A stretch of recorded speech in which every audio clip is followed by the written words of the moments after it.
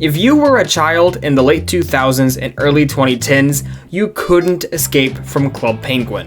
The bright and cheerful world was revered for being a fun and safe environment that any kid could enjoy. So no one was prepared for November 2012, when the island was consumed in darkness, every beloved character was captured and frozen, and the home of the island's only defenders was engulfed in flame, accompanied by the sound of sirens and a dour musical score that said everything was hopeless. This event was Operation Blackout, and it was the most epic thing that any elementary schooler has ever experienced.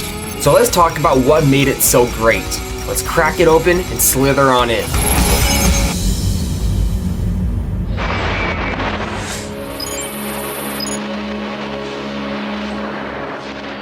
We can't talk about Operation Blackout without first addressing a brief history of Club Penguin. In 2004, Lance Priebe, Lane Merrifield, and Dave Crisco set out to create an online space that was entertaining, fun, and safe for kids, something that they thought was missing in the current climate of online entertainment. The result was Club Penguin, an online multiplayer world where children could, under the guise of a penguin, play games, earn coins, customize outfits, adopt puffles, and decorate igloos. It became such a smash hit that within just a few years, the Walt Disney Corporation offered to buy it, and in August 2007, the deal went through. That's when the game's content exploded. There were monthly parties, monthly plays. Before long, you could become a tour guide, a ninja, and, most relevantly, a secret agent. Now, I loved just about every bit of this island, but the core of my enjoyment for Club Penguin was always being a secret agent. For no particular reason, the concept of spy penguins really popped off in the early 2000s, but Club Penguin was always the best one, because you weren't just watching the penguins, you were the penguins. Penguins of Madagascar was a pretty close second, though. This was last. What the heck was this? Every few months, members of the Penguin Secret Agency would access their headquarters through a stall in the sports shop, where they retreated to new missions. Lengthy flash games where you'd have to find missing puffles, survive in the wilderness, and track down the source of these strange white tufts of hair that kept appearing at every crime scene. And after months of suspense regarding the growing mystery, we were introduced to Herbert P. Bear Esquire and his crab minion Klutzy. Fed up with the cold weather of the Arctic Circle, he set off on an iceberg for somewhere warmer. Unfortunately, he wound up on Club Penguin Island. Stranded, he was now determined to either find warmth at others' expense or sabotage the island out of spite. Missions kept coming. Herbert was sabotaging the clock tower, triggering earthquakes, and making the island a worse place. However, as much as kids loved these spy missions, they weren't sustainable. As Club Penguin expanded, translation was needed, and these massive missions in their paragraphs and paragraphs of text became very expensive to convert to other languages. After a very long wait, the team released one final mission, which saw Herbert blow up the PSA headquarters with a popcorn bomb, ending the mission structure as we knew it. But luckily, that wasn't the end for Club Penguin's secret agent experience, because 2 years earlier, Club Penguin had introduced the Elite Penguin Force, an even secreter secret agency that hid its secret entrance in the secret headquarters of the Penguin Secret Agency. Before long, the PSA was dissolved and the EPF received a brand new headquarters beneath the inconspicuous, everyday phoning facility.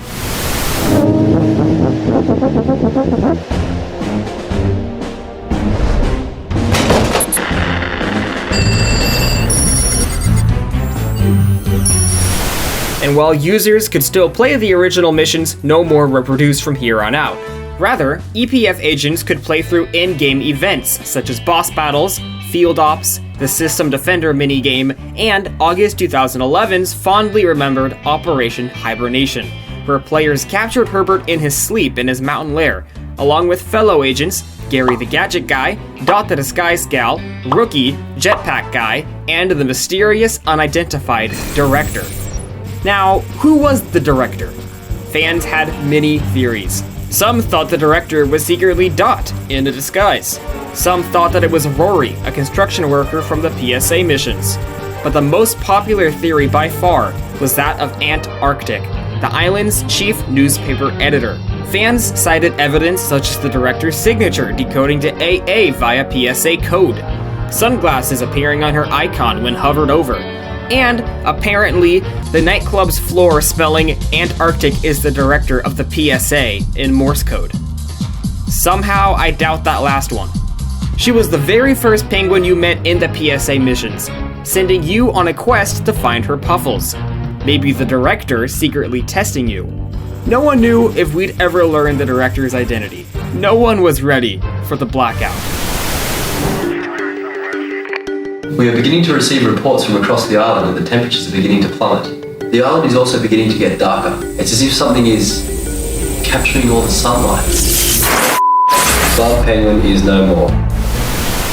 Herbert remained in captivity for a while, until he mysteriously disappeared during the underwater expedition of February 2012, washing into the ocean because a rookie accidentally tipped the island.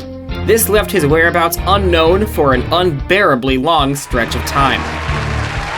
Waka Waka, and the Club Penguin Times newspaper issue number 365, published around the Halloween party of 2012, a sketchy individual named Herbert P. Nguyen asked Gary how he might build a high-frequency infrared reversion laser, and Gary delightfully responded, hypothesizing that it could block out the sun.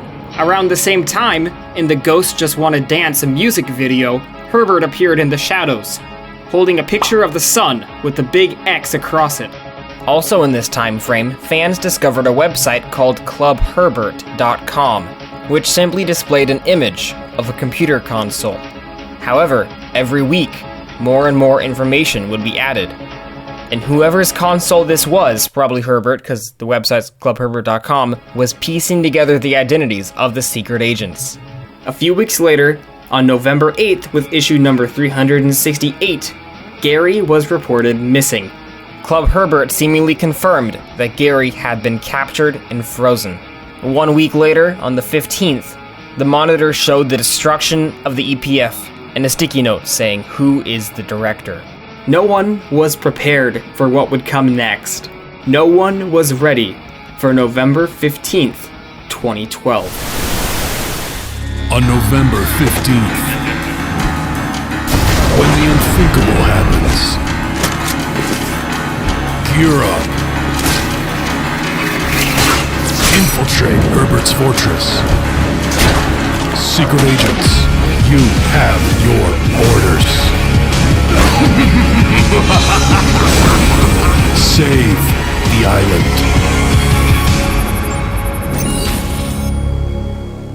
Club Penguin Operation Blackout was marketed as a big party. Hey, Noah! Hey, what's up? Oh, just getting ready to stop Herbert and save the island. But any kid could tell you it wasn't just a party, it was a life-altering experience. Herbert, from a mountain fortress, had used a solar laser to block out the sun, purging the island into darkness and harvesting all of its heat energy for himself. Herbert's fortress always confused me, because in his debut mission, he states that everything he builds is from resources he finds on the island. So where did he find the resources to build a fortress? Less than a year later, Herbert would build the actual Death Star itself, and that's when I stopped asking questions. The island was now a dictatorship ruled solely by him. Club Penguin's inviting home screen was replaced with this. Every joke built into the game's pre-built dialogue boxes was now about Herbert. Tour guide dialogue no longer explained the rooms and was now about Herbert. The stage was now showing a play called My Awesome Life, the Herbert story. He took over the chat. He took over the gift shop catalog. He took over the newspaper.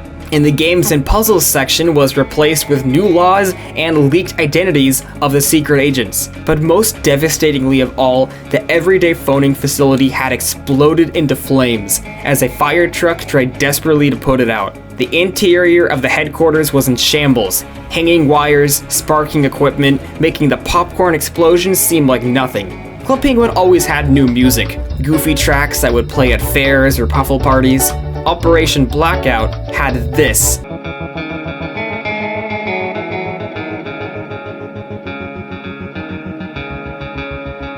Playing in almost every room. In the EPF-centric rooms, the classic Elite Penguin Force theme was rescored to a life-or-death electric guitar version with slamming metal used as orchestration.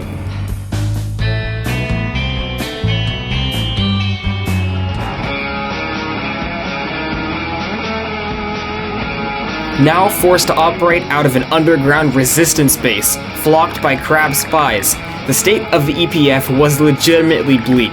Everything was at a loss, and it was up to you, the player, to infiltrate Herbert's fortress and deactivate the machine before it was too late. I'm not gonna sit here and say like, oh, it was so dark, like it was very much still kid-friendly, but compared to everything that had come before, this was an incredible shift of tone that no one could have seen coming. I thought, let's make this a huge surprise. Let's make this really, really heavy for the first time. Instead of making it, light and cheery, we want Blackout to immediately feel like you log into the world and what a surprise! Whoa, why is everything all dark? Why are there statues of Herbert everywhere? Why is this music? Whoa, this is intense. And we wanted it to be just shockingly not kiddie. This event was the first time that Herbert P. Bear was a meetable mascot in the game. That is to say, he existed as an actual account, controlled by Club Penguin staff, who would walk around the island, tell stories, and interact with the mini players who were lucky enough to meet him. This was also among the first Club Penguin parties to include voice acting. Every couple of days, the next portion of your mission would be unlocked, read to you by the shadowy agency director, who had only spoken via readable text up until this point. This operation is now ready. Check back for orders. However, every couple of days, the snow would pile up even further and the sky would darken another degree. Every time you completed a leg of the mission, the atmosphere would become more and more dire and the stakes would rise. So, without further ado, let's walk through the spy mission and see the journey to Save the island.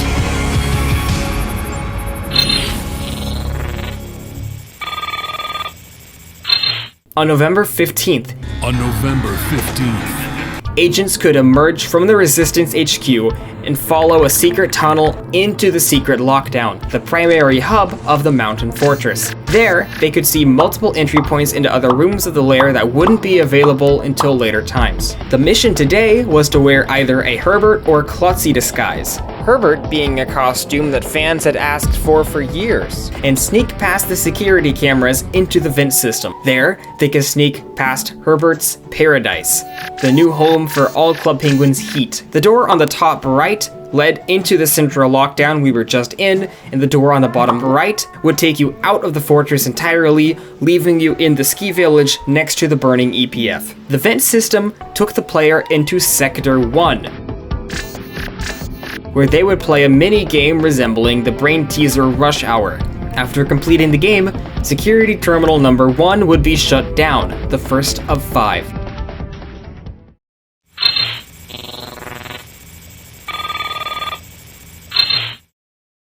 On November 16th, agents would receive a grappling hook. When the player stood on a specific platform, the grappler would pull down an elevated lever, allowing access to a second room within Sector 1, with a second security terminal. You'd play the same minigame and deactivate it.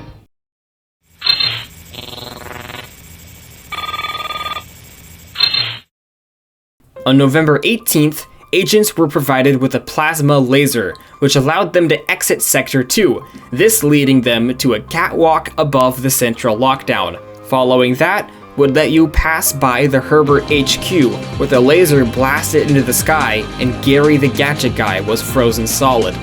And soon after, Agent Dot was frozen beside him.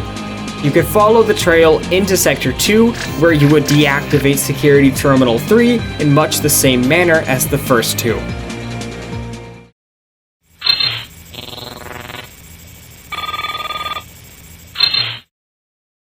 On November 20th, a laser deflection vest would allow an agent to pass through a laser grid and access the 4th security terminal within Sector 2. You disabled the 4th security terminal and your work was done. And now, if you were to re-enter the Herbert HQ, you would see Agent Rookie, frozen next to Dot and Gary.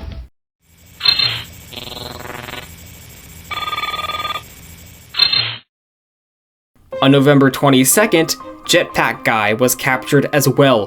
ClubHerbert.com also showed that every agent was captured except for the director. However, according to the Monitor, the director's identity was confirmed, and Herbert's crabs had been dispatched. Only Undisputed Victory remained. Smoke goggles would let an agent properly see a new area containing Security Terminal 5. Once deactivated, they could re-enter the central lockdown. There was now only one entrance they had yet to use, the massive door in the center, the only thing keeping you from entering Herbert's lair and stopping this once and for all.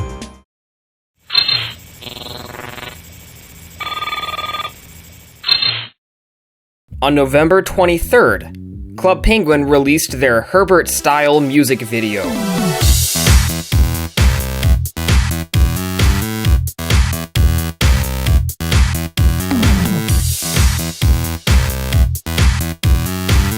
Because it was 2012, and parodying Gangnam Style is just what you did back then.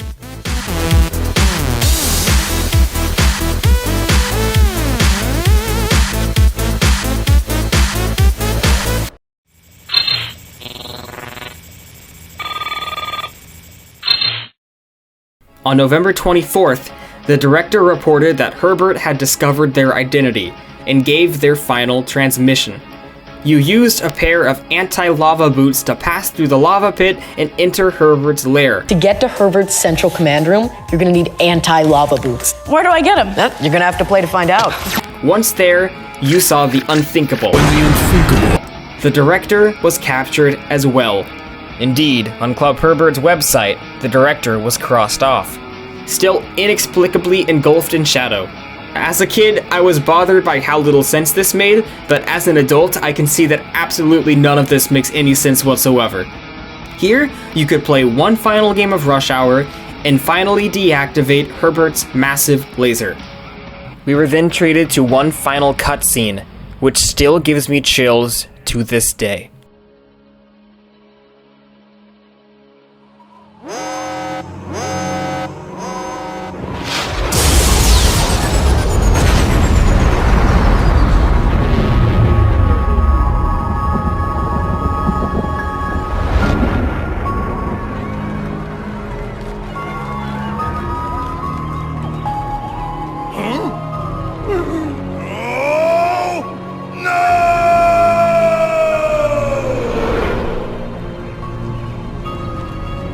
Well done, Agent. Thanks to your remarkable skill and courage, Club Penguin is free. Truly. You have saved us all. Now you know the truth, and you are worthy of my secret. Keep it well. There is much to be done, and though the road ahead is long, the EPX shall rise again.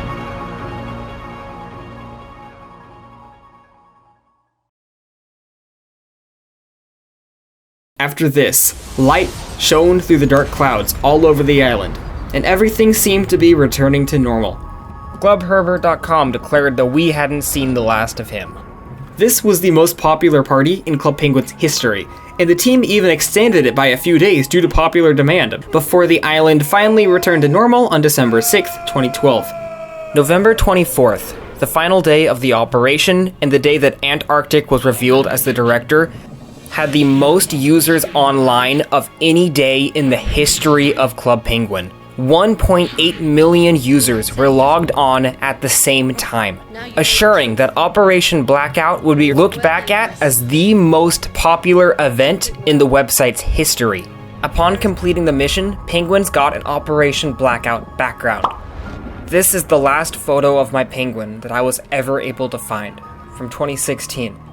And I never removed that background. I'm recording this as I'm editing, and the music's making me want to cry. I have so many emotions wrapped up in this event and my memories from it. Fans had wanted to know if Antarctic was the director for years, and rewarding those kids' investigations like this was the most satisfying experience imaginable to a young me. to thousands of other young kids. In fact, Operation Blackout had been conceived by fans in the first place. Blackout was an event that couldn't have happened without the community, which is my number one favorite thing about Blackout. Around Christmas time, we had this big roadmap, but unfortunately somebody had taken a picture of it. That whiteboard photo leaked. What was interesting about it was it had this big period where our developers needed a break so that they could go and fix stuff. So we wanted to give them some time in the schedule to say, this is your time, you don't have to do anything else, you're just gonna be able to focus on this. And so we called it like Blackout. It was a client blackout. There's gonna be no updates to the client code. And then so it leaked out to the fans and it was like, this is so exciting, what is it? What is Blackout? What is Blackout? So for me, I think, well, that's fantastic because some of our best stories came from riffing off of ideas that were or rumors and myths that were coming from fans. And at the time, Lisa was like, I need something to help with tours because we would bring tours in through the studio. And so they were working on what they called the tour video. But the problem was that video was so good. When we were launching the YouTube channel, I was like, this video is too good. I was like, Lane, don't you think we should launch this? He's like, absolutely. And yeah, the one thing that was fun in that video is, they were interviewing the writing team. But I was like, Cody, you know what we should do? We should riff on that Blackout thing. You know how they said Blackout and they're trying to, and one of the fans or a couple of the fans, they turned it into like Operation Blackout or Mission Blackout. We basically said, what if we pretended that was a real mission? I was like, just put up a Word document and just start writing something. It doesn't matter what it is. We'll make it sort of slightly out of focus anyways. So just riff on something, do a first draft, whatever. Pretend you're actually gonna write a mission, just go for it. And so he does, we get this nice over the shoulder shot for like a couple seconds in the B-roll, in the videos. So he made it look like we were actually working on something to do with Blackout. So then it just stoked the fire. And the great thing is we left the fire burning.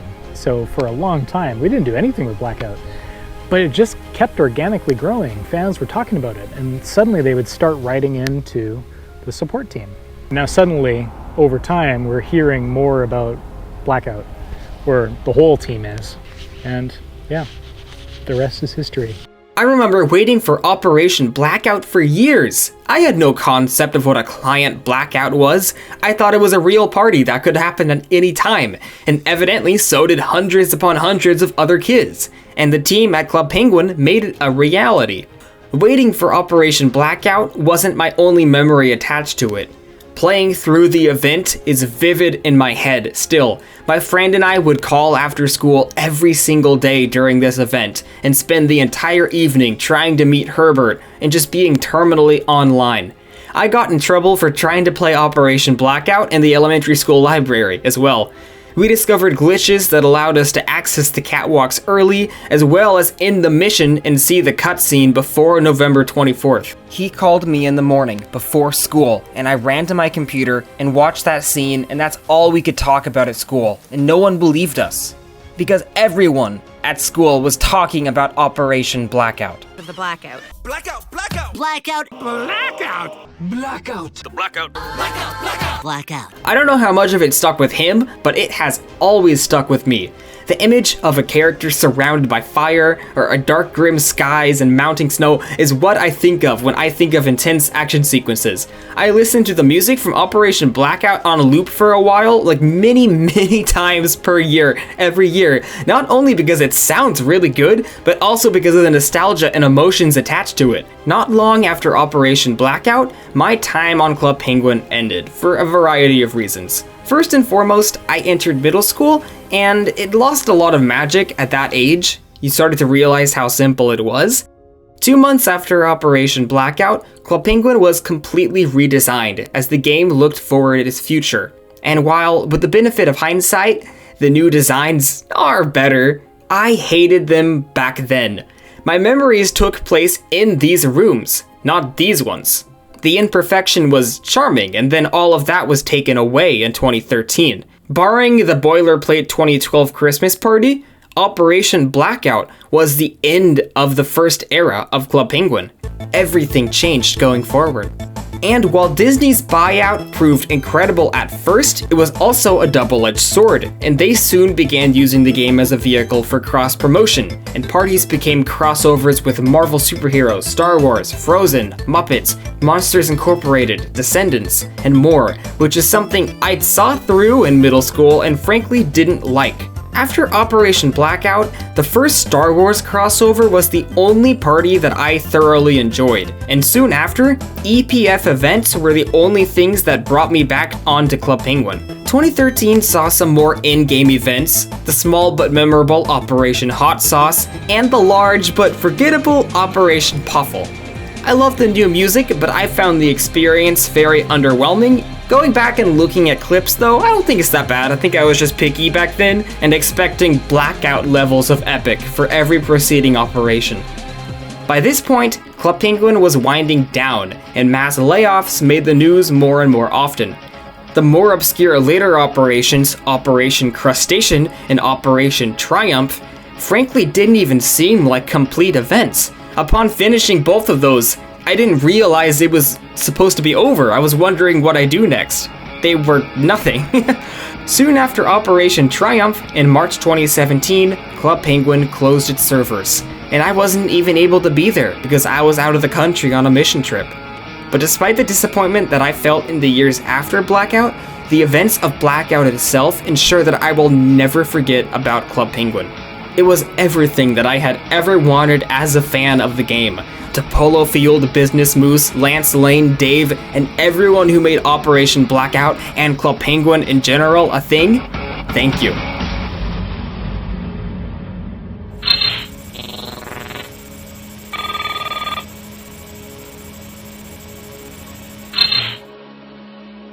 If you want to see more deep dives into nostalgic topics like this, like the video, subscribe, follow me on social media, and consider joining my growing army of Patreon supporters. Thank you. Also, why did Rookie know the director's identity before me? I was a way better agent than Rookie. Rookie messed everything up. Why did Rookie already know?